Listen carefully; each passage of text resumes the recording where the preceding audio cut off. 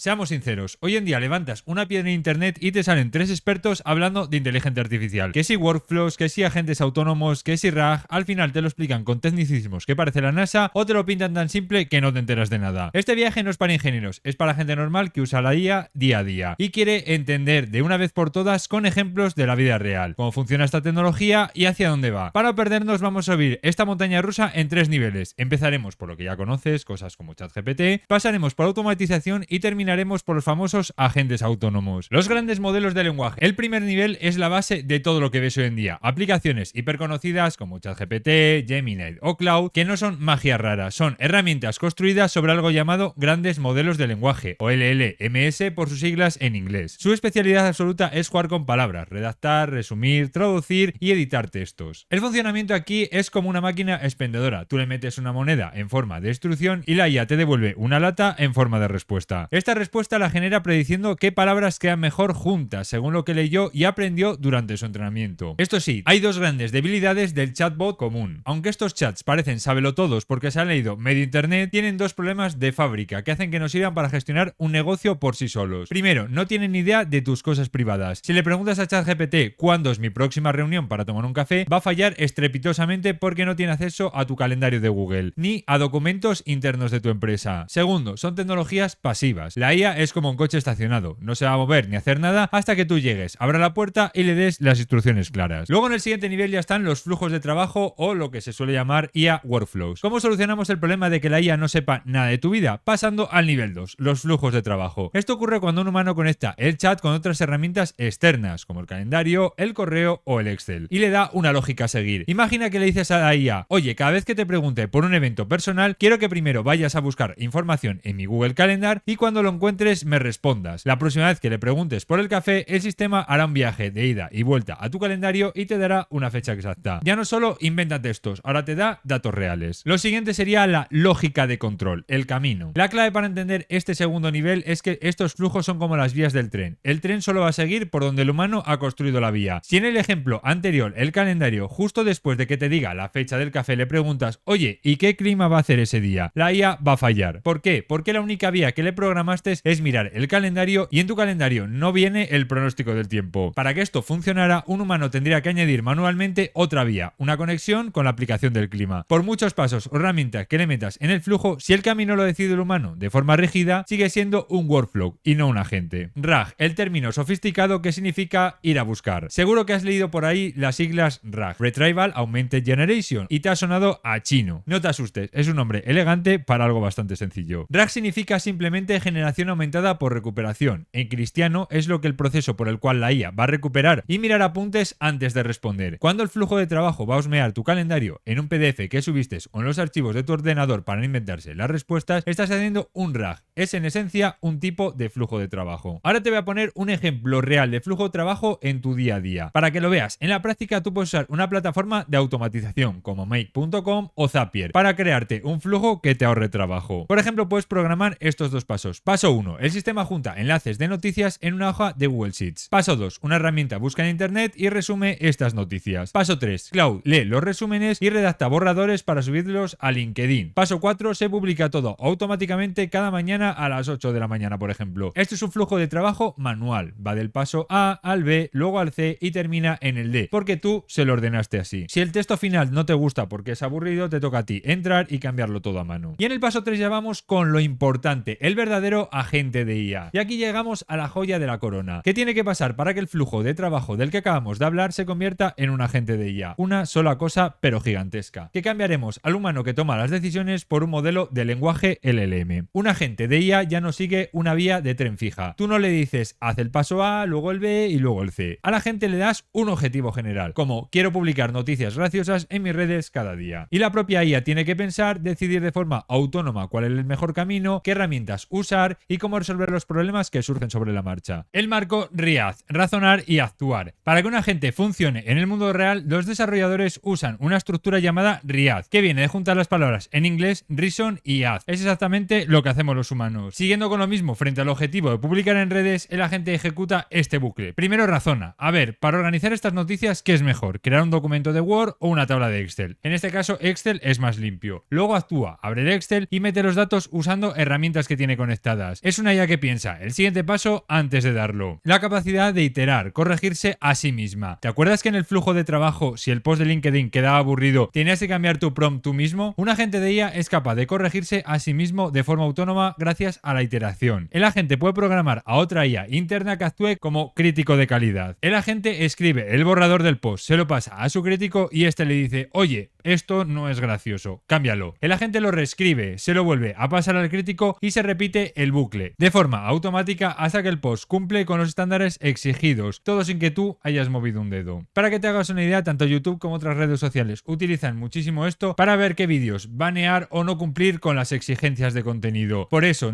ya no hace falta humanos que se encarguen de las tareas y muchas veces la IA en estos puntos falla estrepitosamente. Espero que ya hayas entendido lo que es un agente de IA y te he podido ayudar, así que si es así, deja un me gusta y suscríbete porque pronto voy a hacer el propio agente de IA y te voy a explicar cómo se hace. Así que nos vemos en el próximo vídeo. Adiós.